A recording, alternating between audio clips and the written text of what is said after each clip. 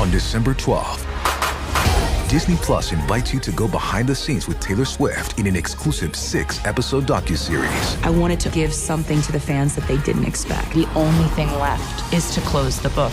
The end of an era. And don't miss Taylor Swift, The Eras Tour, the final show, featuring for the first time the Tortured Poets Department. Streaming December 12th, only on Disney Plus. This is Optimal Health Daily. Fast twitch versus slow twitch. What kind of muscles do you want? By Steve Kamb of nerdfitness.com. And I'm Dr. Neil, your very own personal narrator. Hey there, happy Saturday, and welcome back to another weekend edition of Optimal Health Daily. This is where I read to you from some of the best health and fitness blogs on the web, and always with my commentary at the end.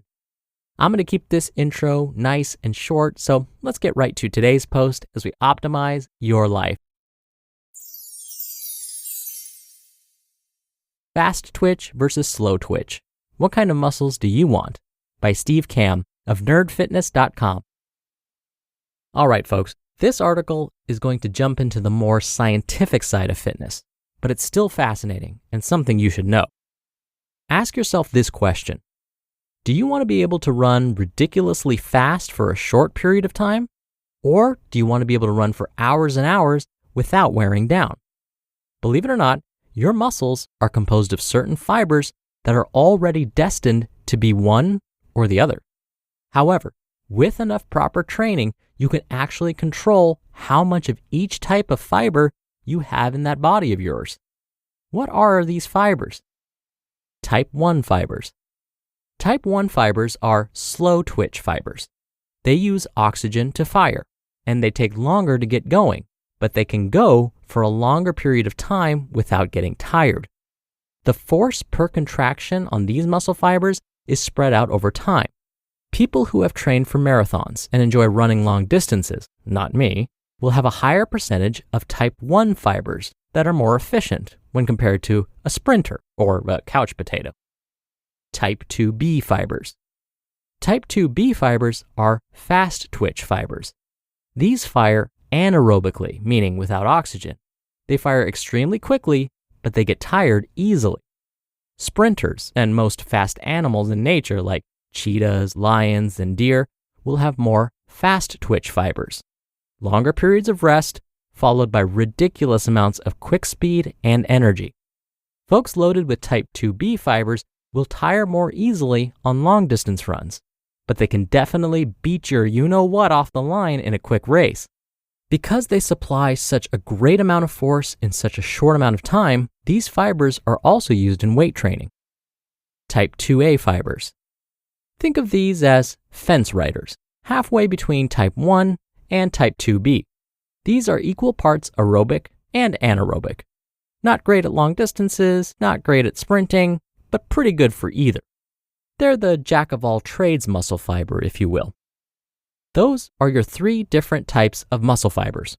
You're born with these fibers in certain proportions, and they will affect how successful you are at either developing as a long-distance person or more of a sprinter. Most bodies have 50% of type 1 and 50% of type 2, both A and B. But many elite athletes, like world-class marathon runners or Olympic sprinters, can have up to 80% of one or the other. Obviously, a sprinter with 80% fast twitch fibers will have a better chance of being fast than somebody with only 30% fast twitch fibers. Your muscle fiber composition is already built into your genetics. It's like picking a random race whenever you start playing a role-playing game. Initially, you already have certain strengths and weaknesses, stamina and strength versus intelligence and wisdom, etc. But by the end of the game, you've done enough leveling that you can erase those differences and mold your character into exactly what you want. The real world is no different. A study suggests that it's possible, through training, to adjust the levels of each of your types of muscle fibers. If your genetics say you should be a sprinter, but you really want to run marathons, enough training will make your muscles conform and function better with increased amounts of type 2 fibers. Of course, had you been born with 80% slow twitch muscles, your path to better marathons might be easier. But you can still get there. You just need to bust your you-know-what and work harder. Moral of the story: your genetics might have you already set up to be better at one thing or the other, but that doesn't mean you don't have a choice. Do what makes you happy, and with enough persistence and solid training, you can control how your muscles function. Personally, the thought of running really fast excites me more than running for a really long time. So that's how my training is directed. Plus, looking like a sprinter isn't a bad side effect. Thanks, Mr. Wizard. You just listened to the post titled, Fast Twitch versus Slow Twitch. What kind of muscles do you want? By Steve Kamb of nerdfitness.com.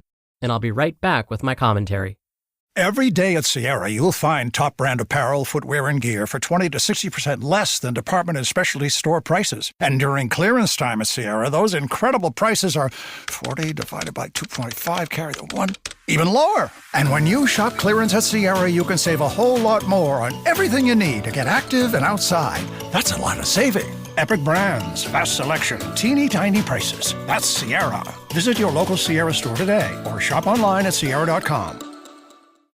Dr. Neil here for my commentary. Steve's post is just another great example of how our genetics are not our destiny. Think about how amazing this is. I've talked about how we have some control over our metabolisms.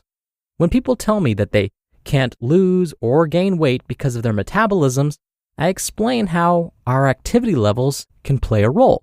If you want to increase your metabolism, meaning you want to increase the amount of calories you burn all the time, build some muscle, perform some high-intensity interval training. These will help increase the amount of calories you burn, even when you're sleeping or watching TV. In his post, Steve talked about how we can change our muscle fiber types. That's pretty amazing. Our behaviors can change our genetics. Through our behaviors, we can change genetics in such a way to maximize the body's potential. To me, and hopefully to you, that sounds pretty cool.